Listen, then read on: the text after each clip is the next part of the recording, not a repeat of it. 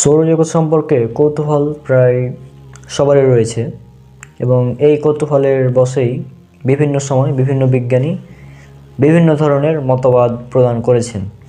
তো এই সৌরজগৎ সম্পর্কে বিভিন্ন সময় বিভিন্ন বিজ্ঞানী মতবাদ দিয়েছেন, যেগুলো পরবর্তীতে আবার ভুল প্রমাণিত হয়। তার মধ্যে সর্বপ্রথম যেই মতবাদটি যে বিজ্ঞানী দিয়েছিলেন তার নাম হচ্ছে বিজ্ঞানী টলেমি।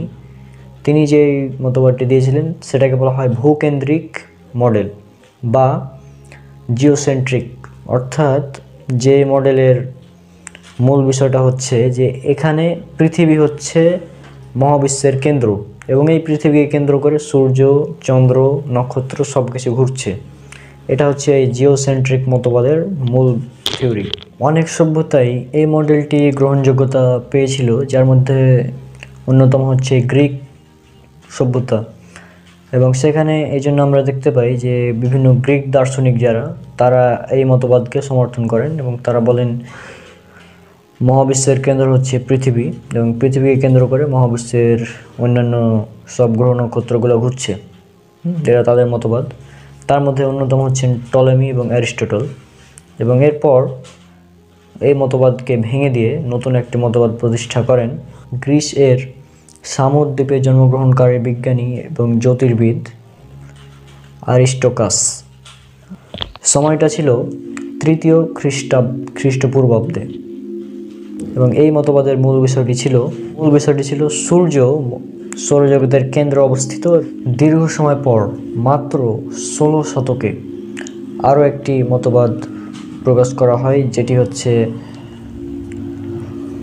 যুক্তিসঙ্গত এবং সঠিক গাণিতিকভাবে সৌর মডেল প্রকাশ করা হয় এবং এটি প্রকাশ করেন কোপার্নিকাস, বিজ্ঞানী কোপার্নিকাস এটি প্রকাশ করেন এবং তার মাধ্যমে প্রতিষ্ঠা লাভ করে কোপার্নিকাসীয় যে মতবাদ সেটা। এরপর কোপার্নিকাসের এই মতবাদটিকে আরও উন্নতি সাধন করান বিজ্ঞানী কেপলার এবং গ্যালিলিও। সর্বপ্রথম একটি নতুন আবিষ্কৃত দূরবীক্ষণ যন্ত্র দ্বারা পর্যবেক্ষণ করে এই মতবাদটি প্রতিষ্ঠা করেন বিজ্ঞানী গ্যালিলিও। এরপর উইলিয়াম হার্সেল এবং ফ্রেডরিক ভেসেল সহ অন্যান্য জ্যোতির্বিদ সহ বিভিন্ন বিজ্ঞানীরা বিভিন্ন পরীক্ষা নিরীক্ষার পর এই মতবাদটিকেও ভুল প্রমাণ করেন। পরবর্তীতে তারা বুঝতে পারেন সূর্যকে কেন্দ্র করে পৃথিবী এবং বিভিন্ন গ্রহ উপগ্রহ প্রদক্ষিণ করে, কিন্তু সূর্য মহাবিশ্বের কেন্দ্রে অবস্থিত নয়। 1920 সালে বিজ্ঞানী এডউইন হাবেল আরও পর্যবেক্ষণ করেন এবং বলেন সৌরজগৎ ছায়াপথের মধ্যে মাত্র একটি অংশ এবং এই সূর্য সৌরজগতের বা ছায়াপথের কেন্দ্রে অবস্থিত নয়। এটি কেন্দ্র থেকে প্রায় 8 কিলো পার্সেল দূরে অবস্থিত। সূর্যের নিজ অক্ষের উপর আবর্তন এবং গ্যালাক্সির ছায়াপথের কেন্দ্রের চারিদিকে আবর্তন, এটি বিজ্ঞানীর সাম্প্রতিক আবিষ্কার, এই কিছুদিন আগে আবিষ্কার করলো। 1512 সালের কোপার্নিকাসের হেলিওসেন্ট্রিক মতবাদ অনুসারে সৌরজগতের কেন্দ্রে সূর্য স্থির। আবারও শোনেন ভালো করে, সেটা হচ্ছে 1512 সালে কোপার্নিকাসের হেলিওসেন্ট্রিক মতবাদ অনুযায়ী সূর্য সৌরজগতের কেন্দ্রে স্থির, কিন্তু বর্তমান বিজ্ঞান বলছে সূর্য স্থির নয়। সূর্য নিজ অক্ষের উপর 25 দিনে একবার আবর্তন করে, যেটাকে আমরা বলি আহ্নিক গতি, অর্থাৎ নিজ অক্ষের উপর যেটা আবর্তন। শুধু এই আহ্নিক গতি না, বর্তমান বিজ্ঞান আমাদের আরও জানাচ্ছে যে এই সূর্য প্রতি 225 থেকে 250 মিলিয়ন বছরে একবার মিল্কওয়ে গ্যালাক্সির কেন্দ্রকে পরিভ্রমণ করে, অর্থাৎ চারপাশে ঘুরে আসে। আর এটা বিজ্ঞানীর লেটেস্ট আবিষ্কার, এই কিছুদিন আগে আবিষ্কার করলো। আর এই সূর্য যে গ্যালাক্সির চারপাশে ঘুরে আসে, এই সূর্যের তখন বেগ থাকে 251 কিলোমিটার প্রতি সেকেন্ডে। তাহলে একবার পুরো সিস্টেমটা একবার চিন্তা করুন, পুরো সিস্টেমটা একবার কল্পনা করুন। পুরো সিস্টেমটা হচ্ছে যে গ্যালাক্সি, আমাদের মিল্কওয়ে গ্যালাক্সির কেন্দ্রকে কেন্দ্র করে ঘুরছে সূর্য সূর্যকে কেন্দ্র করে ঘুরছে আমাদের পৃথিবী, আবার এই পৃথিবীকে কেন্দ্র করে ঘুরছে আমাদের চাঁদ। তাহলে সবাই কিন্তু ঘূর্ণনশীল অর্থাৎ গতিশীল, সবাই গতিশীল অবস্থায় আছে, এখানে কেউ স্থির নাই। তাহলে এবার আসুন চলুন আমরা দেখি পবিত্র কোরআন আমাদের এই সম্পর্কে কি বলছে, এবং পবিত্র কোরআন যে এতটা বিশুদ্ধভাবে তথ্য দিয়েছে এটা দেখার পর আপনারা অবাক না হয়ে পারবেন না। তো চলুন আমরা পবিত্র কোরআনের প্রথম আয়াতটি দেখে নিই। এটির উল্লেখ আছে সূরা ইয়াসিন সূরা নম্বর 36 আয়াত নম্বর 38।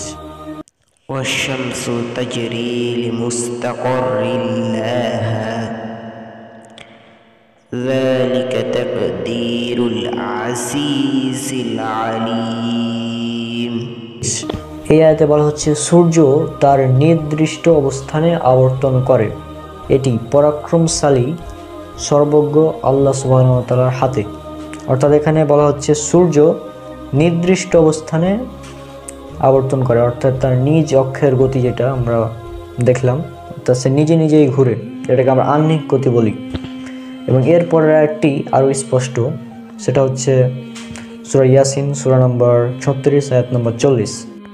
لا الشمس ينبغي لها أن